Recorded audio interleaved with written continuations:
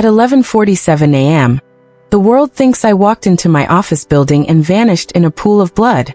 There's footage of me swiping my badge, my car pulling into the garage. Co-workers swear they saw me on the third floor. But at 11:47 a.m., I was standing barefoot in my kitchen, staring at my ringing phone with shaky hands, because I hadn't left my house all day. And this is the story of how someone tried to erase me, frame me as a terrorist, and how I turned the entire operation on its head. If you've ever been used, lied to, or treated like you were disposable, keep listening. You're going to like how this ends. And if you love stories where the truth wins against people who think they're untouchable, hit subscribe and tell me where you're listening from. Because what started at 5:02 a.m. with a single knock became a war I didn't know I'd been born into. Let's go back to the moment everything changed. The pounding on my front door snapped me awake. Not knocking, not tapping, pounding, hard, rhythmic, urgent. I jolted upright, heart still somewhere in my throat, and squinted at the digital clock glowing red on my nightstand. 5:02 a.m. Nobody knocks at that hour unless the universe is about to tilt on its axis. I slid out of bed, feet hitting the cold wooden floor, and pulled on the sweatshirt draped over my chair. The house felt heavy, like the walls were listening. I padded down the hall, every board creaking like it was warning me. When I reached the door, I hesitated. Who is it? My voice cracked. A breath. Then, Elena, it's Marcus. Open up, please. Marcus Hale, my next-door neighbor. The quiet one. The man who mowed his lawn at 6 p.m. every Sunday. The man who nodded politely but never lingered long enough for small talk. The man who was so unremarkable it was almost remarkable. I slid the chain and cracked the door open, just an inch. He wasn't the Marcus I knew. His face was pale, eyes wild, breathing fast like he had sprinted across the street. His hands shook at his sides. Elena, he whispered, don't go to work today. I blinked. What? Don't go. His jaw tightened.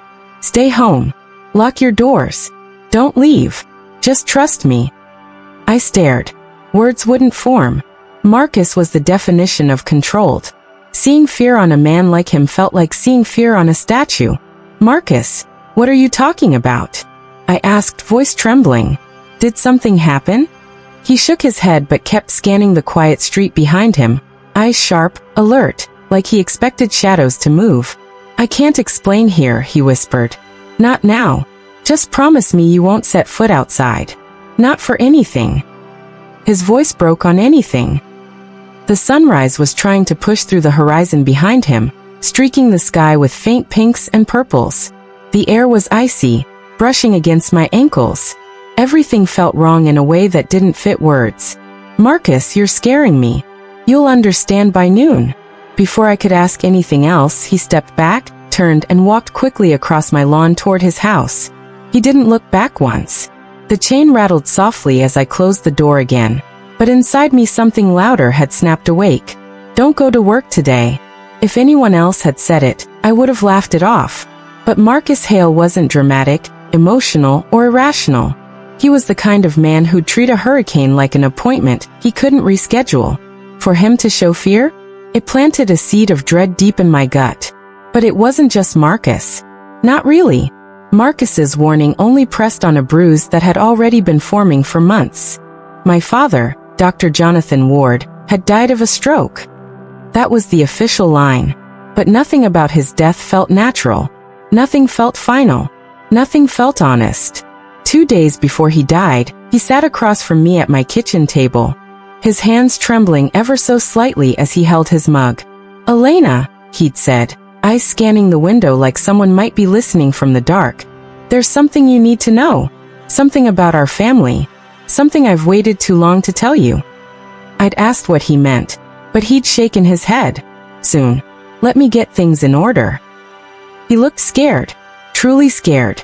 My father never looked scared. Then 2 days later he was gone. No forced entry. No bruises. Just a stroke. Like someone tied a bow around the truth and handed me the lie. After his funeral, life grew strange. A black SUV parked near my driveway for hours with the engine running. Completely tinted windows. Never saw who was inside. My phone rang at odd hours from blocked numbers. When I answered, there was nothing, just the static sound of quiet breathing, like someone absorbing my silence. My younger sister, Riley, called from overseas out of nowhere.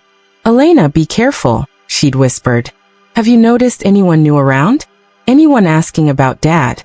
"Riley, what are you talking about?" Static. A delay. A sigh. "Just pay attention, okay? If anything feels wrong, call me."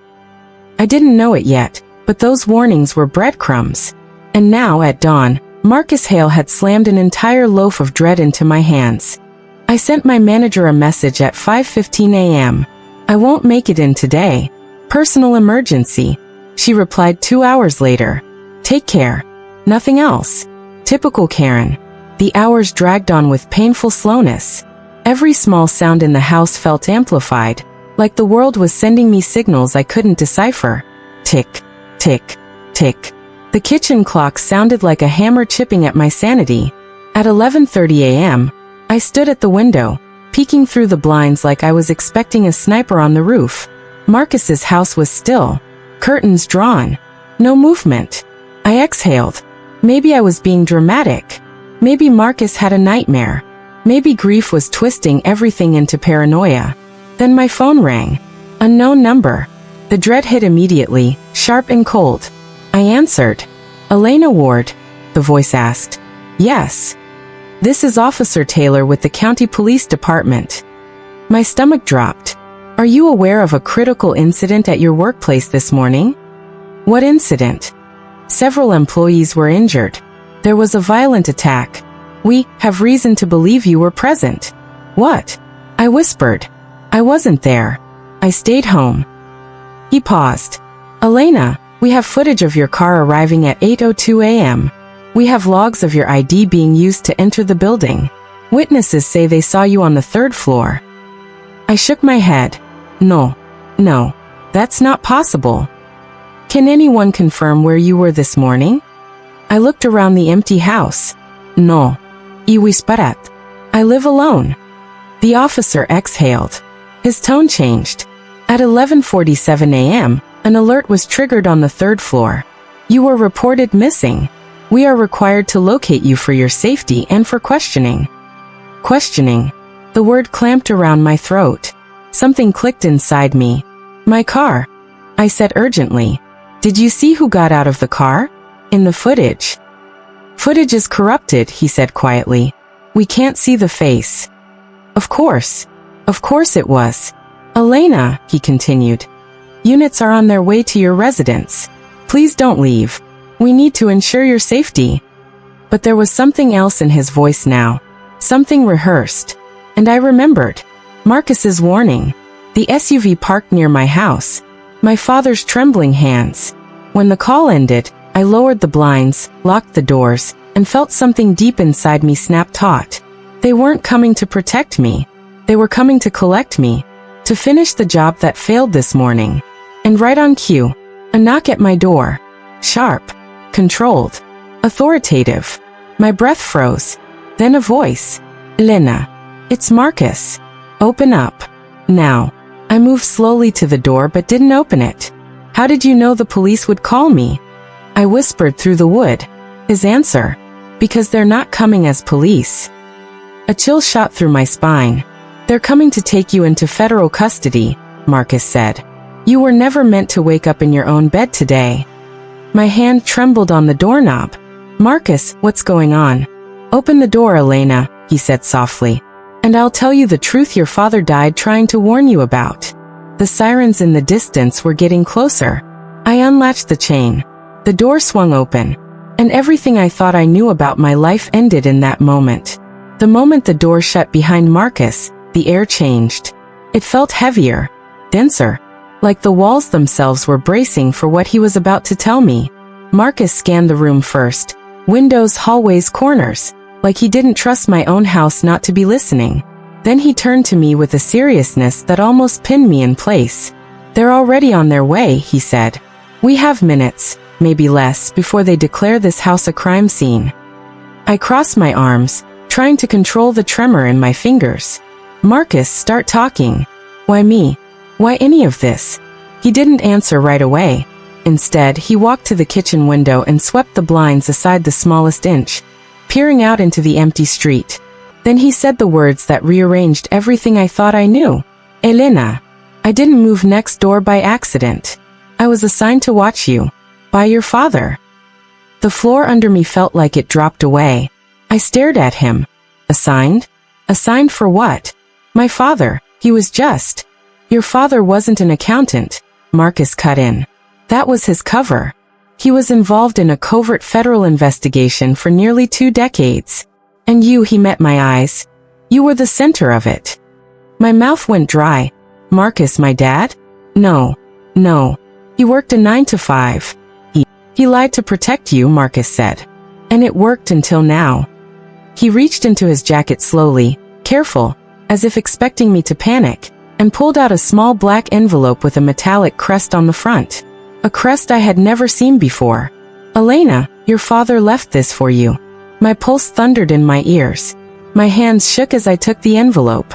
The paper felt thick, cold, and expensive. Unordinary. I opened it. Inside was a folded piece of stationery. My father's handwriting, sharp, clean, familiar, covered the page. My daughter, if you are reading this, then what I feared has come to pass. You are not in danger because of anything you did. You are in danger because of who you are. There is more to your identity than you know. Marcus will tell you the rest. Trust him as you once trusted me. Do not surrender yourself. If they take you in, you will disappear. Dad. The breath left my body. My father had known. He'd been trying to warn me. He had been preparing for this moment. All those late-night calls. The trembling hands. The paranoid glances at passing cars. He hadn't been afraid for himself. He'd been afraid for me. I pressed the letter to my chest, swallowing the grief that climbed up my throat. What are they trying to do to me? I whispered.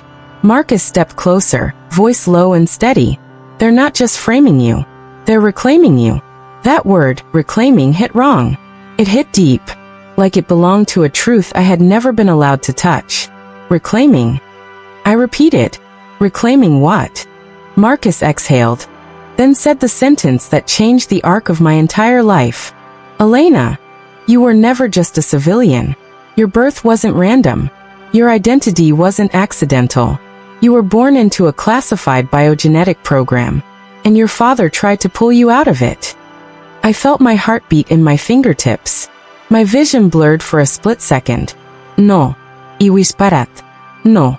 That's insane. It's the truth, Marcus said quietly. You're the last surviving key to a genetic initiative that was shut down, officially. But the people behind it didn't stop. They just went underground. I stumbled back a step, gripping the edge of the counter. So my entire life has been what? A project. The word felt dirty in my mouth. A miracle, Marcus corrected. You were supposed to be impossible. My chest tightened. Marcus, I'm a financial analyst. I'm not some experiment. His voice softened.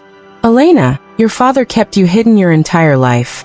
He falsified records, changed locations, pulled you out of the program before they completed phase 2. He put his life on the line to give you a normal childhood. I shook my head. Images of birthday parties, school dances, bike rides with Dad warred with the horror of what Marcus was describing. You expect me to believe my father was part of some biogenetic conspiracy? Marcus didn't flinch. I expect you to believe he died because he tried to keep you out of it. The silence that followed was suffocating. Then Marcus continued, voice lower, more urgent. The attack today wasn't about the building. It was about you. They used your ID, your car, an impersonator. They made sure there were witnesses who would swear they saw you. Because once they declare you the prime suspect, once the world believes you committed an act of domestic terrorism.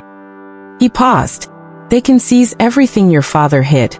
Every file, every sample, every lead, every piece of the truth.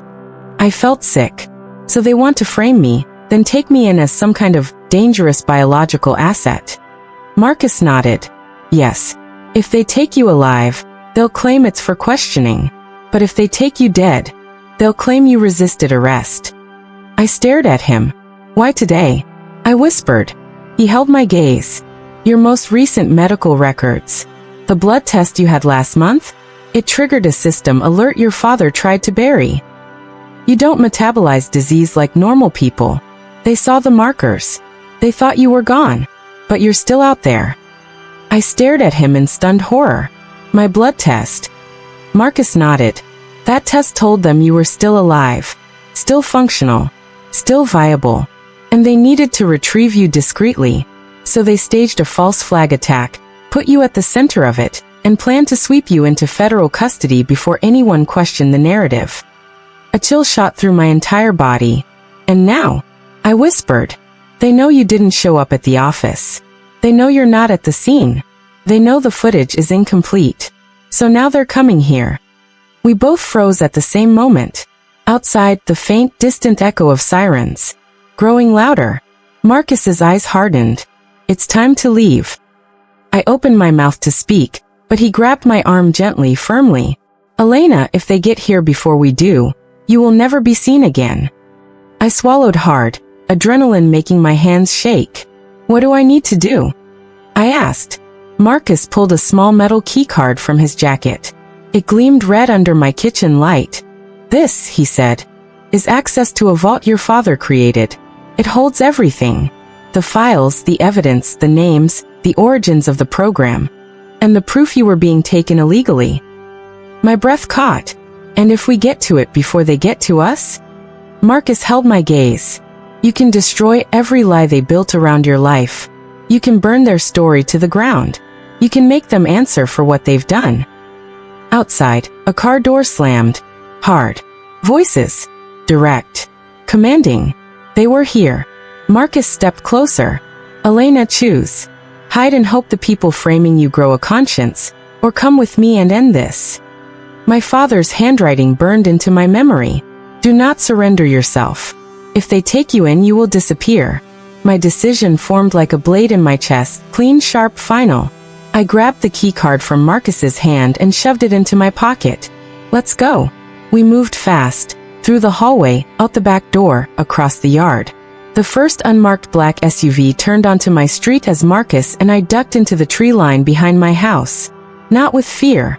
Not with panic. With clarity. My entire life had been leading to this moment. I just never knew it. Branches whipped against my arms as Marcus pulled me deeper into the woods behind my house. The sirens behind us weren't blaring anymore. They'd cut off. That was somehow worse. Sirens meant emergency. Silence meant precision. It meant they were hunting. Elena Ward wasn't a missing civilian anymore. I was now an asset that had slipped through their fingers. Marcus kept his head low, his movements sharp and methodical. I'd never seen him like this. Nothing about him resembled the quiet, predictable neighbor who trimmed his hedges at exactly 9 a.m. on Saturdays. This version of Marcus moved like a man who had trained for years to disappear at a moment's notice. We reached a clearing where an SUV was hidden under a camouflage tarp. He ripped it off, tossed it aside, and opened the passenger door. Get in. I hesitated for half a heartbeat, staring back at the faint glow of my house through the trees. My life, my routine, my normalcy, shattering behind me like glass. Then I climbed inside. Marcus slid behind the wheel, started the engine, and drove with the headlights off until we were far enough away to blend into the morning traffic like nothing had happened. Only then did he speak. There's something you need to see before we reach the vault. He reached into his jacket and handed me a tablet. A file was already open. My name, Elena Ward, glowed at the top in stark white letters. Beneath it, Subject 7B, Genomic Priority Asset. Project Origin, Active Candidate.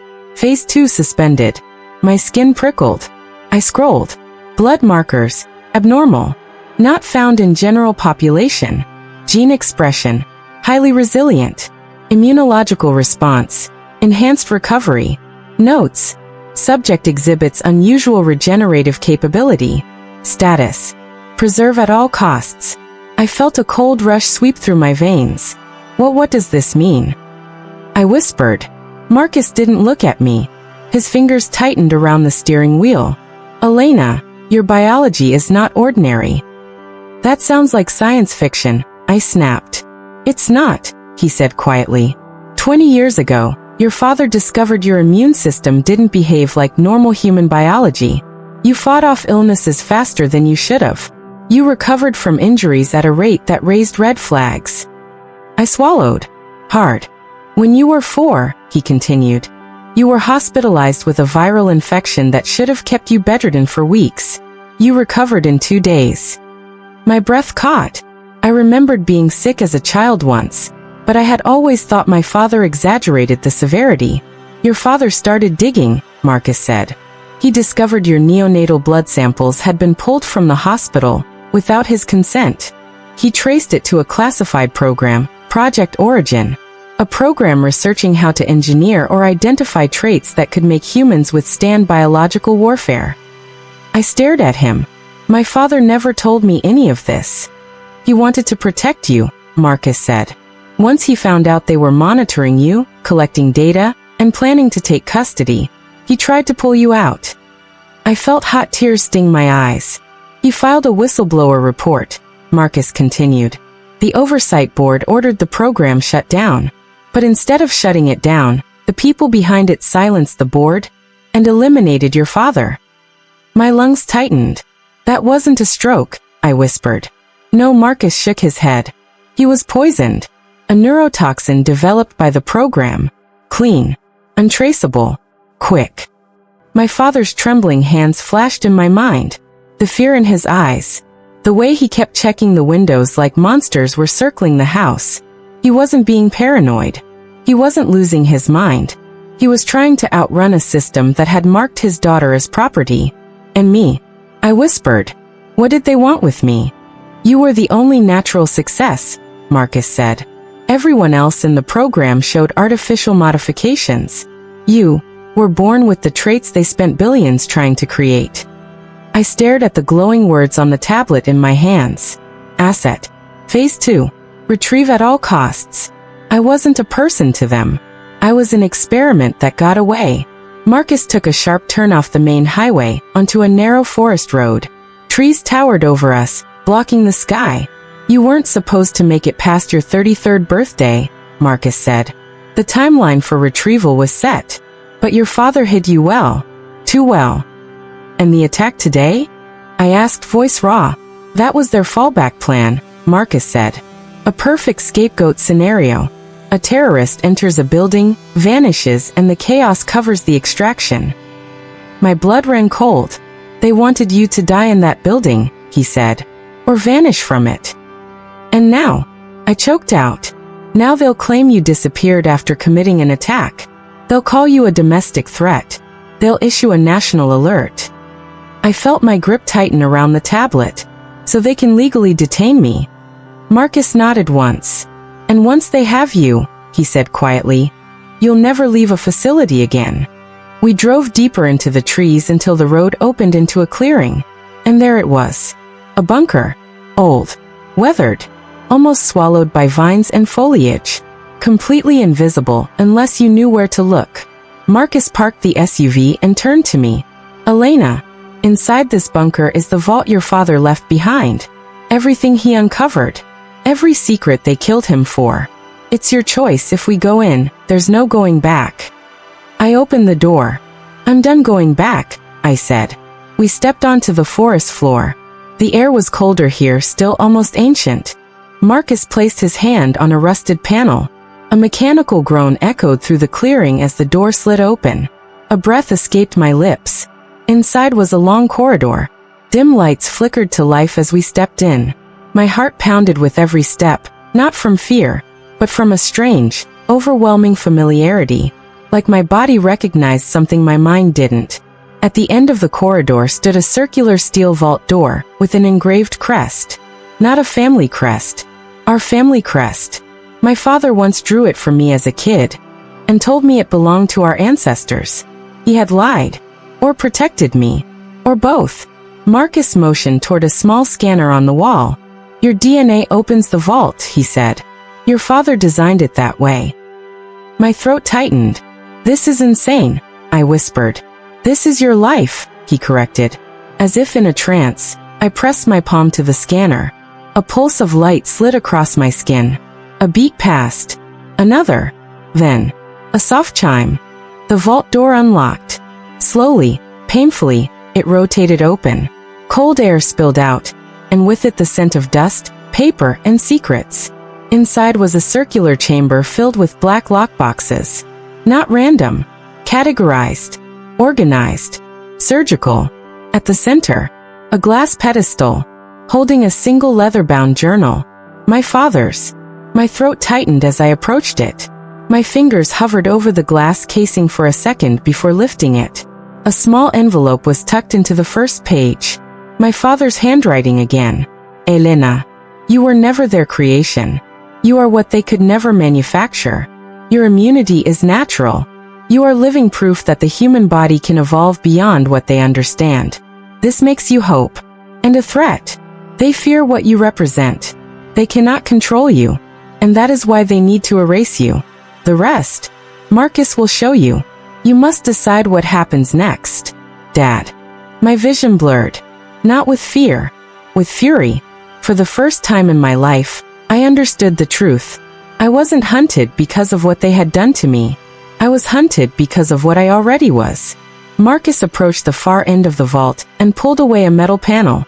Behind it was a control terminal with 2 glowing buttons under glass. One blue. One red. What is this? I whispered. It's your father's failsafe, Marcus said. It triggers 2 possible futures. He pointed at the blue button. Acquisition protocol. If you press this, it sends a signal that you've been found and are surrendering voluntarily. The program retrieves you. Quietly. You live as long as they need you. My body recoiled. He pointed at the red button. Revelation protocol. If you press this, every classified document on Project Origin goes public. Every name.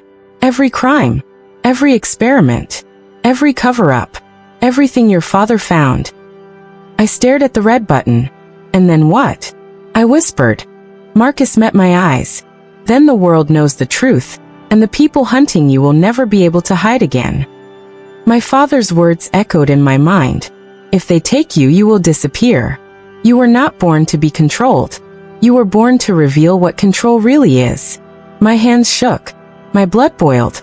And then everything in me crystallized into a single razor-sharp decision. I lifted the glass cover and pressed the red button. A low hum filled the chamber. Lights flickered. A countdown appeared on the screen.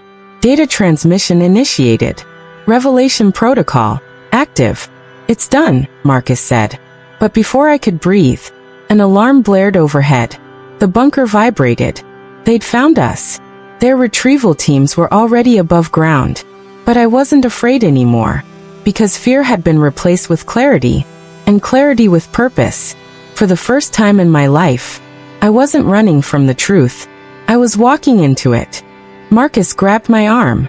We have to leave. Now. As we sprinted down the tunnel toward the exit, the earth above us trembled with helicopter rotors and the roar of trucks pulling up. But I didn't look back. Because what I did inside that vault wasn't revenge. It was justice. Long overdue. The tunnel lights flickered violently as the first explosion rattled the earth above us. Dust rained from the ceiling. The walls shook. Somewhere far overhead, powerful engines roared. The unmistakable thump-thump-thump of military-grade helicopters sweeping in. Marcus grabbed my wrist, pulling me forward as we sprinted through the bunker's narrow escape corridor. Elena, they know the vault was accessed, he shouted over the blaring alarms. Once the Revelation protocol activated, every agency connected to Project Origin got the alert. So they're here to kill us? Marcus gave a humorless scoff. They're here to contain you. Killing you would be a last resort. They want your biology intact. What they'll do to me is less complicated. Cold fear lanced through me, but I kept running. Not because of fear, but because of fury. My father died trying to stop these people. And now they wanted to erase me too? No, not anymore. The corridor opened into an underground garage. A reinforced steel gate barred the exit, and behind it, 6 black unmarked SUVs. Uniformed men stepping out, guns drawn. Searchlights cutting through the trees. Move, move, move, a voice barked. Marcus cursed under his breath. They're faster than I thought. He hurled himself toward the control panel, slamming his palm against it. A shower of sparks erupted. It had been jammed from the outside. They were sealing every exit. Elena, take cover. Bullets tore through the steel above us, ricocheting off walls, sparking across the floor. I ducked behind a pillar, chest heaving. Marcus! I shouted. He caught my eye. There's another exit. Another explosion shook the bunker, closer this time. Heat pulsing through the concrete. They were breaching the structure. Marcus pointed to a hatch half hidden behind a stack of crates. Go. Now. But you. He moved toward me with that same fierce, unyielding steadiness I'd only seen in soldiers. Elena. This isn't optional. Your father didn't give his life for you to die in a basement. A crackling voice came over a loudspeaker outside. Dr. Elena Ward, you are ordered to surrender immediately. Step forward with your hands visible. Non-compliance will be treated as hostile intent. Dr. Elena Ward. Not Miss. Not MS. Doctor. They weren't calling me by accident. They were calling me by classification. Marcus hissed. They're using the old designation. They know exactly who you are. My pulse hammered. I'm not surrendering, I whispered. He smiled, small, fierce, proud. I was hoping you'd say that. He shoved open the hatch, revealing a steep ladder descending into darkness. Go, Elena. I grabbed the ladder, and for a moment, our eyes locked. You're coming with me, I demanded. I will. His voice was steady. But you first. They won't shoot if I'm still up here. That was a lie. But we had no time to argue. I dropped into the shaft as gunfire erupted behind me. Marcus. I shouted, voice echoing through the narrow tunnel. A second later, the hatch slammed shut. Darkness engulfed me. And for a heartbeat, I wasn't Elena Ward.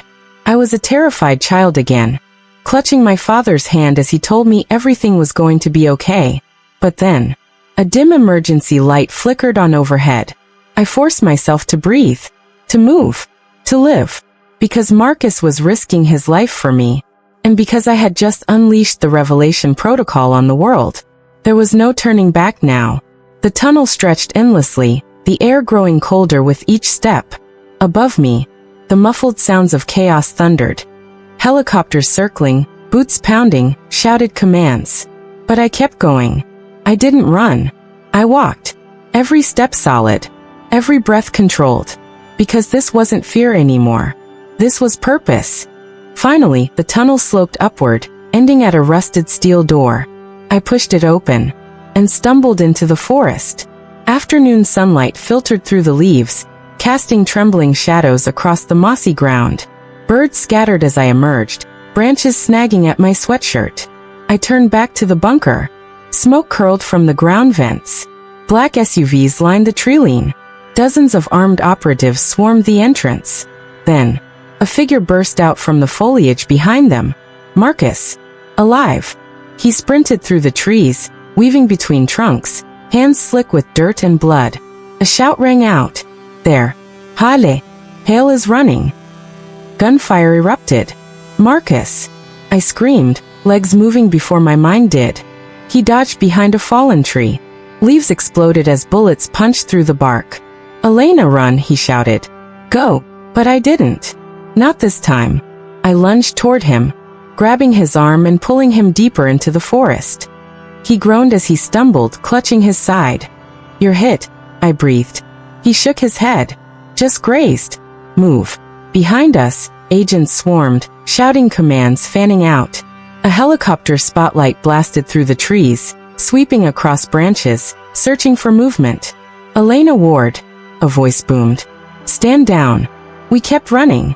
Not because we could outrun them, but because the truth was already spreading faster than any recovery team could move.